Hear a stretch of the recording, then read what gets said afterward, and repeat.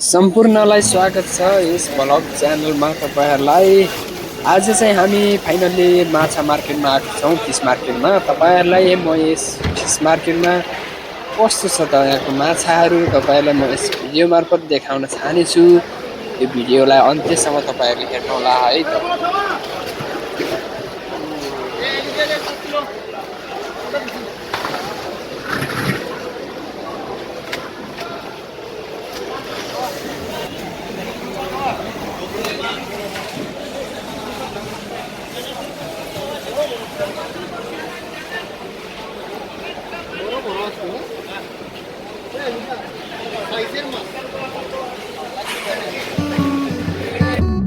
यहाँ मार्केटमा चाहिँ विभिन्न किसिमका माछाहरु पाउँछ। धेरै किसिमका माछा पाउँछ। यहाँ देख्न सक्नुहुन्छ, हेर्नुस् आइसमा राखेको छ है। अनि अब धेरै महँगो पनि छ। यहाँ महँगो खाले अलि सस्तो खाले हेरी नै छ यहाँको माछाको प्राइस चाहिँ। मान्छेहरु धेरै छ, भिडभाड। आज धेरै मान्छेहरु माछा लिन आउनु भएको छ यहाँ है। धेरै मान्छेहरुको भिडभाड छ। तपाईहरुले भिडियो मार्फत देख्न सक्नुहुन्छ। मान्छेहरु चाहिँ धेरै छ।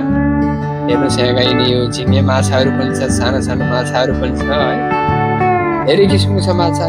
तपाईहरुलाई यदि लिन चाहनुहुन्छ भने यहाँ आउनु होला, यहाँ भिजिट गर्नु होला।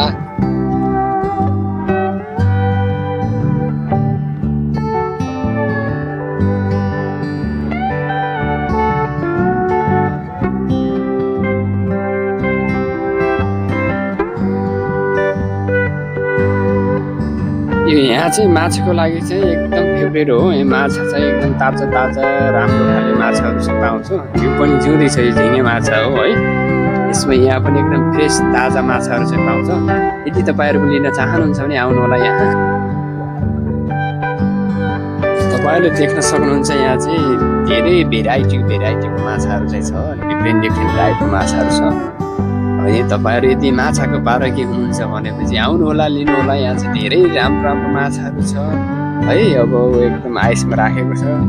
एकदम कुनै ताजा छ त कुनै अब पुरानो पनि छ। तपाईहरु देख्नुहुन्छ यहाँ अब माछाहरु, झिङ्गे माछाहरु अनि त्यसपछि घिउहरु पनि पाउँछ है।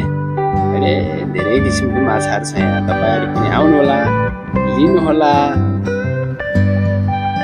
यहाँ चाहिँ धेरै किसिमका मासुहरु, धेरै किसिमका चीजहरु पाउँछ।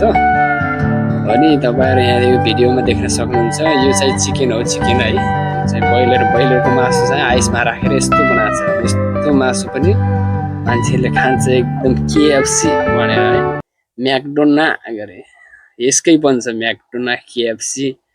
यस्तो छ स्थिति।